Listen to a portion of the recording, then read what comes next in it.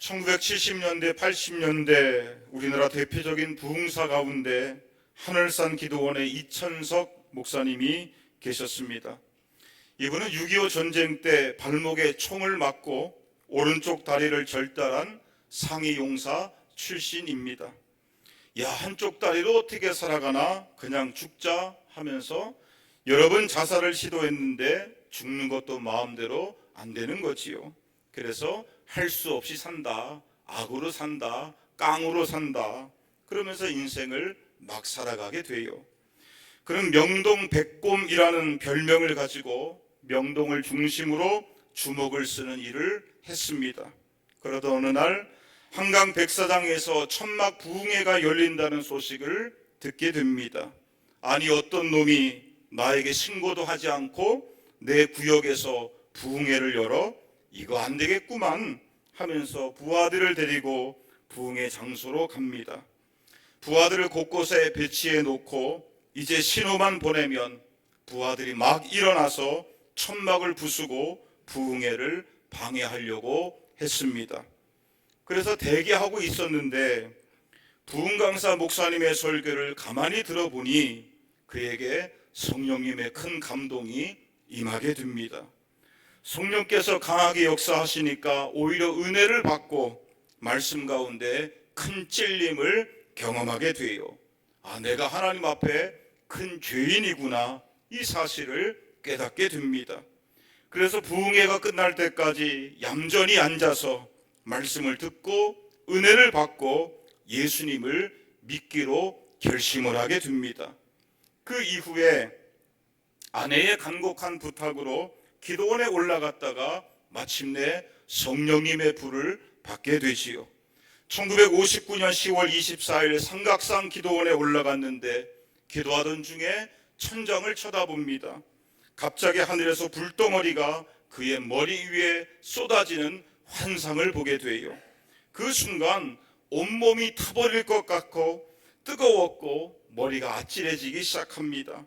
그는 자리에 쓰러지면서 자기도 모르게 이렇게 외쳐요. 하나님, 저도 죄인입니다. 이 이천석이도 죄인입니다. 그러면서 예배당 바닥을 떼굴떼굴 굴러가면서 소리를 질러요. 그렇게 3일 밤낮을 하나님 앞에 회개하게 됩니다. 그때 그는 결심해요. 나는 이제 십자가에서 죽었습니다. 나는 이제 예수님의 사람입니다. 주님이 나를 지옥불에서 구원해 주셨으니 이제 나는 덤으로 살아가는 인생입니다. 이제 오직 주님만을 위하여 살아가겠습니다. 결심하고 그때부터 주님을 위하여 평생을 살아가게 되지요.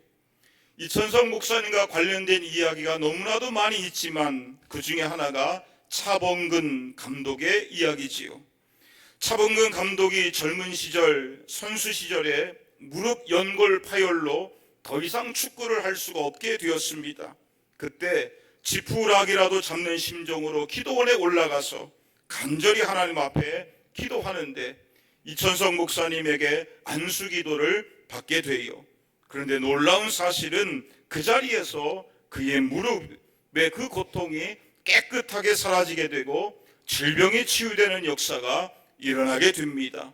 이 사건을 계기로 믿음이 없었던 차범근 선수가 신실한 믿음의 사람으로 변화가 되었고 그 이후에 독일로 진출해서 세계적인 선수가 될 수가 있었습니다. 그 외에도 수많은 기적과 전도의 역사가 이천석 목사님을 통해서 일어나게 되지요. 그런데 여러분, 이러한 일들이 어떻게 가능하게 되었을까요? 이천석 목사님이 예수님 믿기 전에는 악으로 살았고 깡으로 살았던 사람이에요. 명동의 백곰이라고 이름난 주먹이었습니다. 그날도 부흥회를 방해하려고 부하들을 대동해서 부흥 집회 현장을 찾아간 것입니다. 그런데 어떻게 그가 변화되고 그가 어떻게 자신이 죄인임을 깨닫게 되었으며 그가 어떻게 그 자리에서 예수님을 만날 수가 있었을까요? 그것은 사람의 능력이 아니라 오직 하나님의 능력이요 오직 하나님의 은혜인 줄로 믿습니다. 하나님께서 그 마음에 강력하게 역사해 주셔서 그가 완전히 변화가 된 줄로 믿습니다. 하나님의 능력과 은혜가 아니라면 도저히 설명할 수 없는 일들이에요. 마찬가지예요.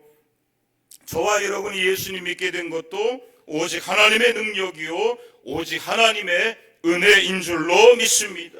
오늘 성경에서 사도 바울이 이러한 말씀을 하고 있는 거예요. 내가 예수님 믿고 구원받은 것은 오직 하나님의 은혜로 된 것이다. 이 사실을 감사하면서 간증하고 있는 거예요. 아멘입니까? 우리 1절의 말씀을 볼까요? 1절. 자, 바울이 자신을 누구라고 소개하고 있습니까? 사도라고 소개하고 있어요.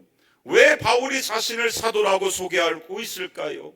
갈라디아서 2장 4절에 거짓 형제들이 갈라디아 교회 안에 몰래 들어오게 돼요. 그들은 바울이 전했던 복음을 반대하게 됩니다. 즉 오직 예수, 오직 믿음, 오직 은혜의 복음이 아니라 우리가 구원받으려면 예수님도 믿어야 되지만 율법도 지켜야 된다. 할례도 받아야 된다. 안식일도 지켜야 된다. 이러한 다른 복음을 전하게 돼요.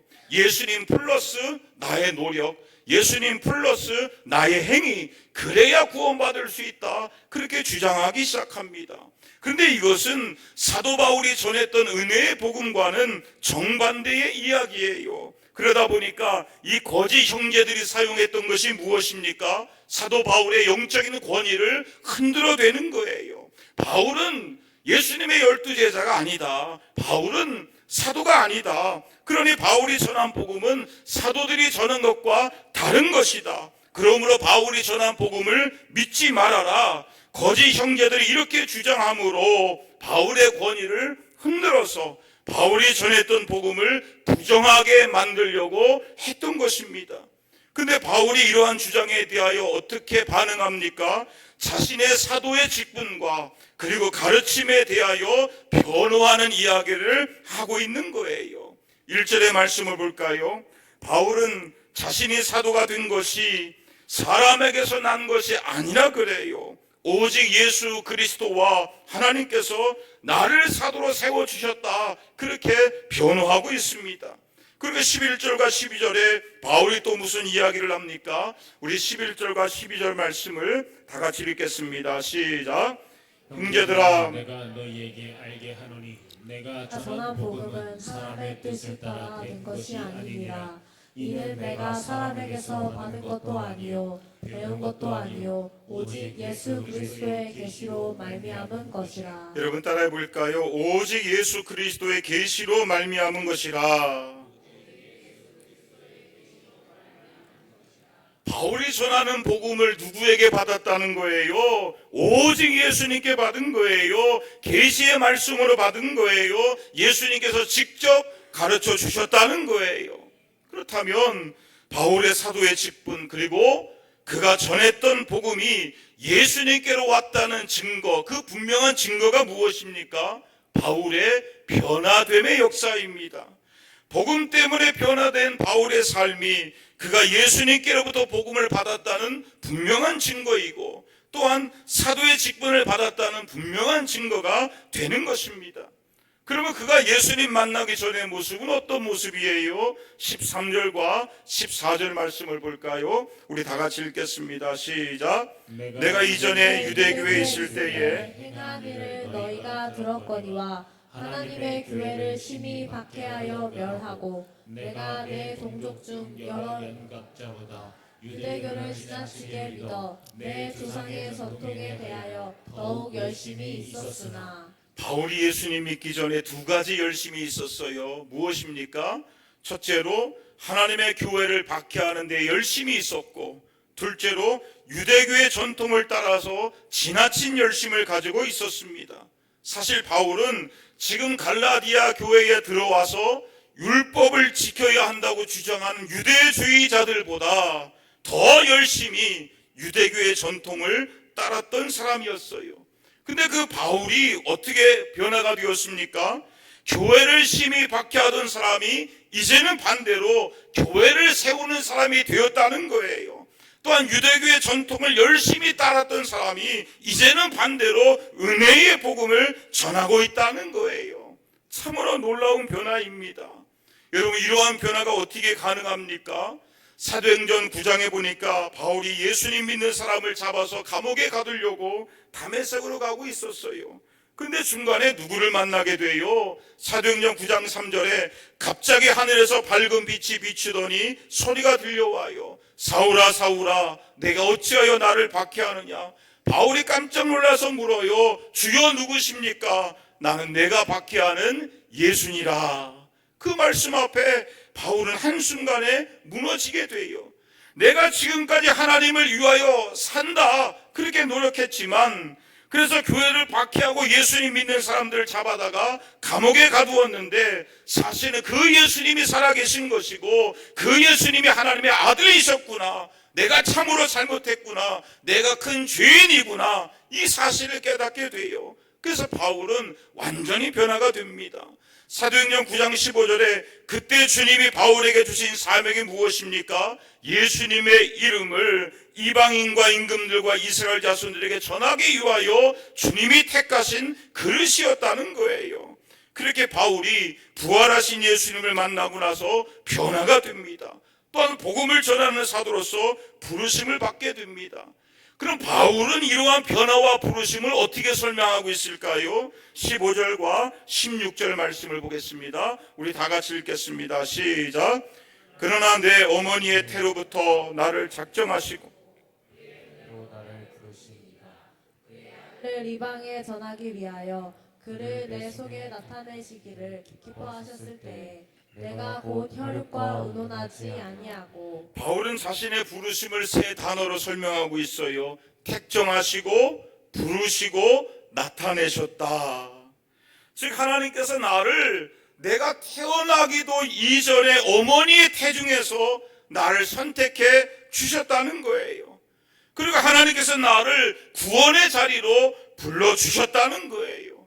그리고 하나님께서 나에게 예수님을 전하라고 내 속에 예수님을 나타내 주셨다는 거예요. 그런데 여러분, 여기서 중요한 사실은 이 모든 일의 주체가 누구입니까? 바울이 아니라는 거예요. 오직 하나님이 되십니다. 하나님께서 바울을 택정하여 주셨고, 하나님께서 바울을 구원의 자리로 불러주셨으며, 하나님께서 바울에게 예수님을 나타내 주심으로 복음 전파의 사명을 주셨다는 거예요. 그 모든 일들은 바울이 계획한 것이 아닙니다. 오직 하나님께서 처음부터 끝까지 하신 일이에요. 그래서 바울이 이 모든 일을 뭐라고 부르고 있습니까? 15절 말씀에 은혜라고 말합니다. 은혜. 왜 은혜입니까? 바울이 어머니 태중에서 하나님께 택정함을 받으려고 노력한 것이 아무것도 없는 거예요. 바울이 구원받고 하나님의 자녀가 되기 위하여 노력한 것이 아무것도 없는 거예요. 바울이 사도가 되기 위하여 공로를 세우고 의를 세운 것이 전혀 없는 거예요. 오히려 바울은 어때요? 교회를 박해하던 사람이에요. 하나님을 대적하던 사람이에요. 그러나 그럼에도 불구하고 하나님께서 전적으로 바울을 택정하여 주셨고 불러주셨고 바울에게 예수님을 나타내 주셨다는 거예요. 그래서 은혜라는 것입니다. 여러분, 바울의 삶에 있어서 은혜를 빼면 무엇이 남게 될까요? 택하심도 없는 거예요. 부르심도 없는 거예요. 구원도 없는 거예요. 예수님과의 만남도 없는 거예요. 삶의 변화도 없는 것이고 사도의 부르심도 없는 것이고 전해야 할 복음도 없는 것입니다. 한마디로 은혜를 빼게 되면 사도 바울에게 남는 것은 아무것도 없는 것이지요. 그래서 고린도전서 15장 10절에 바울이 뭐라고 고백합니까? 내가 나 된 것은 누구의 은혜로 된 것이다? 하나님의 은혜로 된 것이다. 아멘입니까? 그렇다면 저와 여러분은 어떨까요? 저와 여러분은 어떻게 구원받게 되었을까요? 에베소서 1장 4절과 5절에 이런 말씀이 있습니다. 우리 다 같이 읽겠습니다. 시작. 그 창세전에 그리스도 안에서 우리를 택하사 우리로 사랑 안에서 그 앞에 거룩하고 흠이 없게 하시려고 그 기쁘신 뜻대로 우리를 예정하사 예수 그리스도로 말미암아 자기의 아들들이 되게 하셨으니. 여러분 따라해 볼까요? 우리를 택하사 우리를 예정하사 자기의 아들들이 되게 하셨으니. 여러분, 우리가 어떻게 하나님의 자녀가 되었습니까? 4절에 보니까 창세 전에, 즉 이 세상이 창조되기 이전부터 이미 하나님께서 우리를 하나님의 자녀로 택하여 주셨다는 거예요. 5절에 하나님의 기쁘신 뜻대로, 우리는 다 이해할 수 없고 우리는 다 깨달을 수 없지만 하나님의 기쁘신 뜻대로 저와 여러분을 하나님의 자녀로 예정하여 주셨고, 예수 그리스도로 말미암아 하나님의 자녀가 되게 해 주신 줄로 믿습니다. 우리가 잘해서가 아니에요. 우리에게 자격이 있어서가 아닙니다. 우리가 구원받을 만한 의로움이 있어서가 아니라는 거예요. 그 모든 것과 상관이 없이 우리는 다 알지 못하지만 하나님께서 창세전에 우리를 이미 하나님의 자녀로 선택하여 주셨고 예정하여 주셨고 우리를 불러주신 줄로 믿습니다. 이 얼마나 놀라운 은혜입니까? 저와 여러분이 예수님 믿고 하나님 자녀가 된 것이 어느 날 갑자기 어쩌다가 우연히 일어난 것이 아니라는 거예요. 이미 창세전에 하나님께서 정하여 주신 계획이고 선택이고 예정이고 부르심의 은혜의 성취인 줄로 믿습니다. 동일한 말씀이 로마서 8장 29절과 30절에도 말씀하고 있어요. 우리 다 같이 읽겠습니다. 시작. 하나님이 미리 아신 자들을 또한 그 아들의 향상을 본받게 하기 위하여 미리 정하셨으니 이는 그로 많은 형제 중에서 많은 되게 하려 하심이라. 또 미리 정하신 그들을 또한 부르시고 부르신 그들을 또한 외롭다 하시고 의롭다 하신 그들을 또한 영화롭게 하셨으니라. 여러분, 우리가 고난을 만났을 때에 때때로 우리의 믿음이 흔들릴 수 있어요. 그럴 때 우리가 무엇을 기억해야 됩니까? 하나님께서 나를 어떻게 구원해 주셨는가를 기억해야 돼요. 이 믿음이 확실하면 우리는 어떠한 고난 속에서도 흔들리지 않고 끝까지 믿음의 자리를 지켜낼 수가 있는 것입니다. 그리고 하나님께서 우리를 어떻게 구원해 주셨습니까? 28절에 첫째로 하나님께서 우리를 미리 아셨다 그래요. 둘째로 미리 정하셨어요. 셋째로 30절에 우리를 불러주셨어요. 넷째로 우리를 의롭다 해주셨어요. 다섯째로 우리를 영화롭게 해주셨다는 거예요. 아멘입니까? 이것을 신학적으로 뭐라고 불러요? 예지, 예정, 부르심, 칭의, 영화, 그렇게 불러요. 근데 중요한 사실은 이 구원의 주체가 누구입니까? 29절에 하나님이, 즉 구원의 모든 것들은 누가 주도해 나가시는 거예요? 하나님께서 주도해 나가시는 거예요. 내가 구원의 주체라면 우리의 구원은 흔들릴 수 있어요. 상황에 따라서 변할 수 있습니다. 고난과 고통을 당할 때마다 우리의 구원이 의심될 수 있습니다. 그러나 우리의 구원의 주체는 오직 하나님이 되시는 줄로 믿습니다. 창세전에 하나님께서 이미 우리를 알고 계셨고 예수님 안에서 이미 우리를 택하여 주셨으며 우리를 하나님의 자녀로 불러주셨고 예수님의 십자가의 피로써 우리를 의롭게 해주셨으며 또한 앞으로 우리를 영화롭게 해주심으로 천국으로 인도해 주실 줄로 믿습니다. 그러므로 우리가 아무리 부족해도 구원의 주체가 되시는 하나님께서 우리의 구원을 온전히 이루어 주실 줄로 믿습니다. 이 은혜를 알기 때문에 우리는 이렇게 찬송할 수밖에 없는 거예요. 나는 부족하여도 영접하실 터이니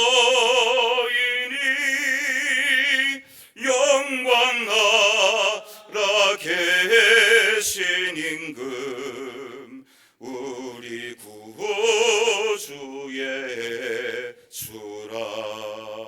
아멘입니까? 나는 부족하여도 구원의 주체가 되신 하나님께서 앞으로 은혜 가운데 우리의 구원을 완성시켜 주실 줄로 믿습니다. 오늘도 그 구원의 은혜를 기억하시고 부르심의 자리에서 하나님의 은혜를 찬송하며 끝까지 믿음의 자리를 지켜갈 수 있기를 축원합니다. 자, 16절과 19절 말씀을 볼까요? 사도 바울이 다메섹에서 예수님 만난 이후에 무엇을 하게 됩니까? 16절에 보니까 예수님의 나타나심을 보았는데 이 계시의 말씀을 혈육, 즉 사람과 의논하지 않았다 그래요. 그리고 17절에 사도들을 만나려고 예루살렘에 가지도 않았고 오히려 아라비아 광야에서 3년 동안 머물다가 베드로를 만나려고 예루살렘에 방문하는데 15일간 만나게 돼요. 그리고 19절에 야고보 외에 다른 사도를 보지 못합니다. 여러분, 사도 바울이 이러한 이야기를 하고 있는 이유가 뭐예요? 11절과 12절의 말씀을 다시 볼까요? 바울이 전한 복음은 사람에게 받은 것이 아니고 사람에게 배운 것도 아니라는 거예요. 오직 예수 그리스도의 계시로 말미암았다는 거예요. 즉 예수님께서 직접 가르쳐 주셨다는 거예요. 여기서 중요한 단어가 계시라는 말이에요. 덮개를 벗기다, 감추어진 것이 드러나다, 그런 뜻이에요. 즉 인간 스스로 알 수 없는 십자가의 구원의 진리를 하나님께서 친히 보여주셨다는 거예요. 마치 신부가 면사포를 쓰고 있는데 그 면사포를 벗겨서 직접 신부의 얼굴을 보게 하는 것 같이 하나님께서 우리 얼굴을 가리고 있는 너울을 벗겨가지고 우리로 하여금 직접 예수님을 만나게 해주셨고 직접 예수님을 보게 해주셨으며 직접 복음의 말씀을 듣게 해주셨다는 거예요. 복음은 언제든지 예수님의 계시가 되어져야 합니다. 하나님께서 우리 얼굴을 가리고 있는 너울을 벗겨주심으로 내가 예수님을 직접 볼 수 있도록, 내가 주님의 말씀을 직접 들을 수 있도록, 내가 예수님을 직접 만날 수 있도록 해주셔야 되는 거예요. 그래야 예수님의 복음이 나의 복음이 되는 것이고 예수님의 십자가와 부활이 나의 것이 되는 것이고 예수님의 구원이 나의 믿음으로 믿어지고 적용되며 그 축복을 누릴 수가 있는 것입니다. 그러므로 언제나 우리에게는 복음의 계시성이 있어야 되는 거예요. 즉 주님께서 직접 나에게 가르쳐 주셔야 되는 거예요. 주님이 직접 내 영안을 열어 주셔야 되는 것이고 우리의 영적인 귀를 열어 주셔야 되는 거예요. 아멘입니까? 어떤 분은 말합니다. 아닌데요. 나는 목사님을 통해서 설교를 들었고요. 목사님을 통해서 성경을 배웠고 깨달아서 믿게 되었는데요. 물론 그런 인간적인 과정들을 거치게 돼요. 그러나 그 말씀을 깨닫게 해주시고 그 말씀을 통해서 내 영을 어루만져 주시며 나에게 영적인 변화를 일으켜 주시고 나에게 구원을 주시는 분은 오직 하나님이 되시는 줄로 믿습니다. 우리가 비록 사람을 통하여 설교를 듣고 사람을 통해서 성경을 배우지만 그러나 성령님께서 깨닫게 해주시는 것이고 성령님께서 내 영혼에게 주님의 음성을 들려주시기를 사모해야 되는 거예요. 사도행전 10장 33절에 고넬료가 사도 베드로를 통하여 말씀을 들을 때에 무엇을 고백합니까? 이제 우리는 주께서 당신에게 명하신 모든 것을 듣고자 하여 다 하나님 앞에 있나이다. 여러분 따라해 볼까요? 다 하나님 앞에 있나이다. 고넬료는 주님이 베드로를 통하여 나에게 말씀을 주실 것을 믿었어요. 그래서 인간 베드로 앞에서 말씀을 듣지만 나는 지금 사람 베드로가 아니라 하나님 앞에서 말씀을 듣고 있습니다. 그런 고백을 하고 있는 거예요. 오늘 저와 여러분에게도 이러한 사모함이 있기를 원합니다. 비록 우리가 사람을 통해서 말씀을 듣지만 그러나 하나님께서 나에게 직접 말씀해 주옵소서, 주님의 음성을 듣게 하여 주옵소서, 그렇게 은혜를 사모하는 심정으로 말씀 앞에 엎드릴 수 있기를 원합니다. 23절과 24절의 말씀을 볼까요? 우리 다 같이 읽겠습니다. 시작. 다만 우리를 박해하던 자가 전에 멸하려던 그 믿음을 지금 전한다 함을 듣고 나로 말미암아 하나님께 영광을 돌리리라. 여러분 사도 바울이 예수님 만난 이후에 어떻게 변화가 됩니까? 23절에 박해하던 자가 오히려 반대로 믿음을 전하는 사람으로 변화됐다는 거예요. 바울은 복음을 듣고 완전히 변화됩니다. 전에는 무섭게 교회를 박해하던 사람이지만 이제는 목숨을 걸고 복음을 전하고 교회를 세우는 사람이 돼요. 전에는 깐깐한 율법주의자였어요. 그러나 이제는 은혜와 사랑으로 살아가게 됩니다. 오늘 우리에게도 이러한 변화가 일어날 수 있기를 원합니다. 우리의 복음이 되시는 예수님의 성품을 배우고 예수님의 성품을 닮아가며 예수님의 성품으로 변화되어 살아갈 수 있기를 원합니다. 그렇다면 언제 우리에게 이러한 변화가 일어나게 될까요? 어느 목사님의 이야기를 읽어보았습니다. 아들이 거짓말을 자주 해서 버릇을 고쳐보겠다고 매를 들었다 그래요. 다시 거짓말을 하면 2배로 매가 늘어날 것이다, 그렇게 경고를 했습니다. 그러다 보니까 매가 100대까지 늘어났다 그래요. 그래서 100대의 매를 때리면서 마음속에 이런 질문이 생겼어요. 내가 뱉어놓은 말을 지키기 위하여 아들을 100대까지 때리는 것이 정말로 잘하는 짓인가? 그런 질문과 함께 두려운 마음이 생겼어요. 그때 주님께서 그에게 이렇게 물으시더랍니다. 너가 잘못했을 때마다 내가 이렇게 매를 댔다면 너는 어떻게 되었겠느냐? 그럼 만약에 하나님께서 우리가 죄를 지을 때마다 매를 때리시고 2배로 징계해 주셨다면 우리는 어떻게 되었을까요? 목사님이 그 말씀을 듣고 회개하며 고꾸라졌다 그래요. 한국교회 초창기 시절에 유명한 목사님이신 길선주 목사님의 이야기를 읽어보았습니다.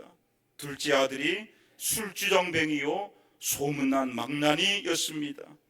목사님이 그 아들만 생각하면 억정이 무너지게 되는 거예요. 그래서 볼 때마다 야단을 치고 심한 욕설을 퍼부었다 그래요. 그러나 그럴수록 아들은 더욱 빗나가는 것입니다. 하루는 미국 선교사님이 아들을 그렇게 욕하지 말고 축복해 보세요, 그렇게 권면을 하는 거예요. 그 선교사님의 말씀을 아멘으로 받았습니다.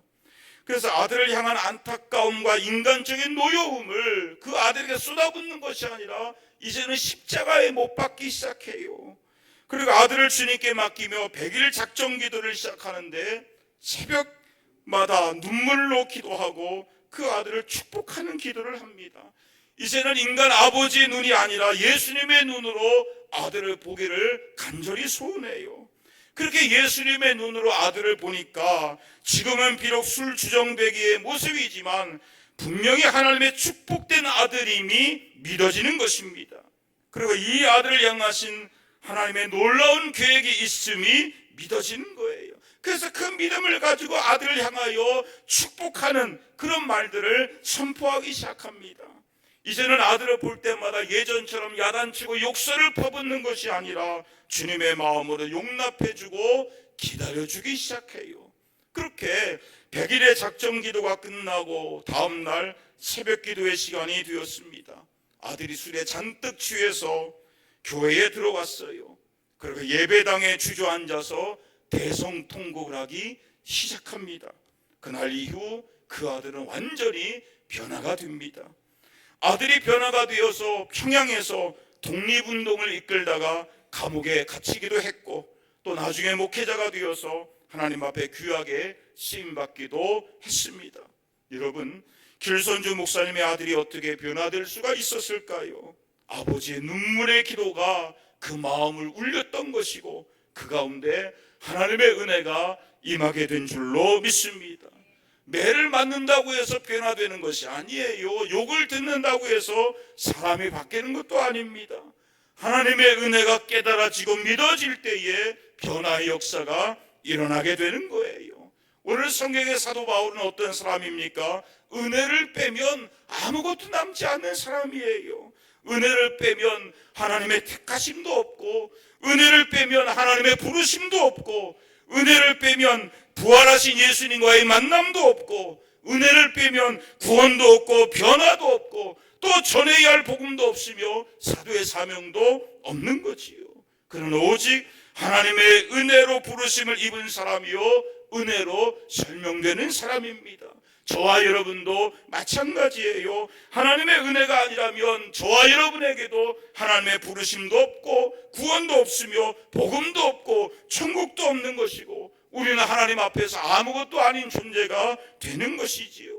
참으로 저와 여러분은 오직 하나님의 은혜로 부르심을 받았고 은혜로 구원받았으며 은혜로 살아가고 있는 줄로 믿습니다. 찬송가 305장 나 같은 죄인 살리신 주 은혜 놀라와 이 찬송을 만든 존 뉴턴 목사님은 노년에 자주 이런 말을 했다 그래요. 이제 내 기억은 희미해졌지만 내가 분명히 기억하는 것 두 가지가 있습니다. 하나는 내가 과거에 엄청난 죄인이었다는 사실과, 또 하나는 그럼에도 불구하고 하나님은 나를 버리지 아니하셨고 불쌍히 여겨주셔서 예수님을 통하여 구원하시는 은혜를 베풀어 주셨다는 것입니다. 그러면서 끝까지 하나님의 은혜만을 부여잡고 감사하며 증거하는 삶을 살아가게 되었습니다. 그 은혜가 오늘 저와 여러분 가운데도 있는 줄로 믿습니다. 그래서 우리의 삶이 하나님의 구원의 은혜 속에 오늘도 감사하고 찬송하며 복음을 전하는 사명을 감당할 수 있기를 예수님의 이름으로 축원합니다. 아멘.